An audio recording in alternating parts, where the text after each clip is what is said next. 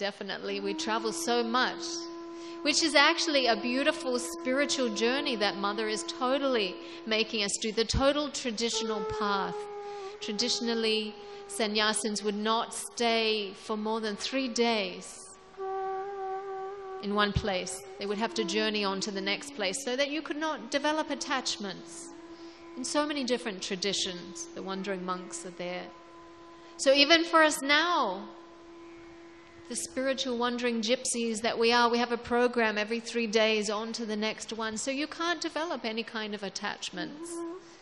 So, everything that Amma's doing for us is just leading us on that traditional journey in the most modern way. And that's a beautiful synthesis of everything that Amma does. She just knows for today's world, for today's people, what we need in all different areas. And she can work on every one in a different way, all at the same time. I mean, Amma said, sometimes she's putting us all together, all of these rough gemstones in this big mixing machine, and we're all just going round and round and round, and all the rough edges are, clashing against each other, and all of our likes and dislikes come up. But it's being polished away. We just have to surrender to let ourselves be polished, to turn into those beautiful diamonds and gemstones that we will become one day, when we truly do imbibe into our life all of these things and not just talk about them like me. You have to live it. It's what people say about Amma, is an expression in the West, that she walks the talk. She just doesn't talk it, but she lives it. So beautiful examples for us always from Amma in her life, showing us. You don't have to understand a single word that she says. You just look at her life and the way she leads it, and that everything will be taught to you. Amma is that total acceptance that there's so many types of people that live here in the ashram. Some are the celibate, brahmacharinis. There may be householders here with children, people that are just passing through, that step off the boat, people that have partners, and, all types of people. Amma is able to accept everyone here and make us learn somehow to accept everyone as well. And I think when we really think about what we came here for, it's maybe different for many people. And not everyone is on that same state of development. So Mother is not forcing people to give up their partners.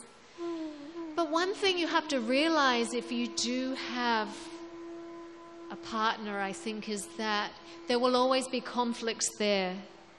Because we're not ready to totally bow down to another person and surrender our ego and have that total forgiveness, the way things often go with many people. I think because younger people of today's generation just do not have the qualities to forgive and forget each other in a relationship.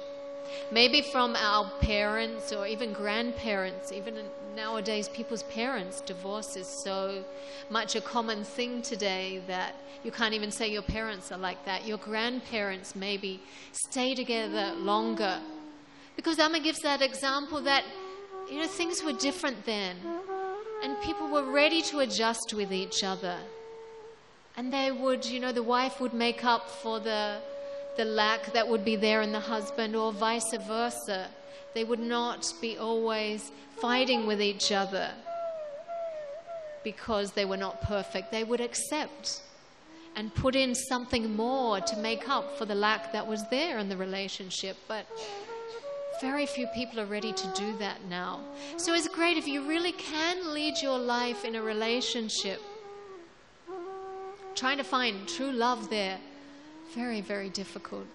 Good luck to you, because, it's very, very difficult. You have to be so pure-minded. And Amma says it will always be like the Mahabharata, when two beggars are coming together, begging each other for love.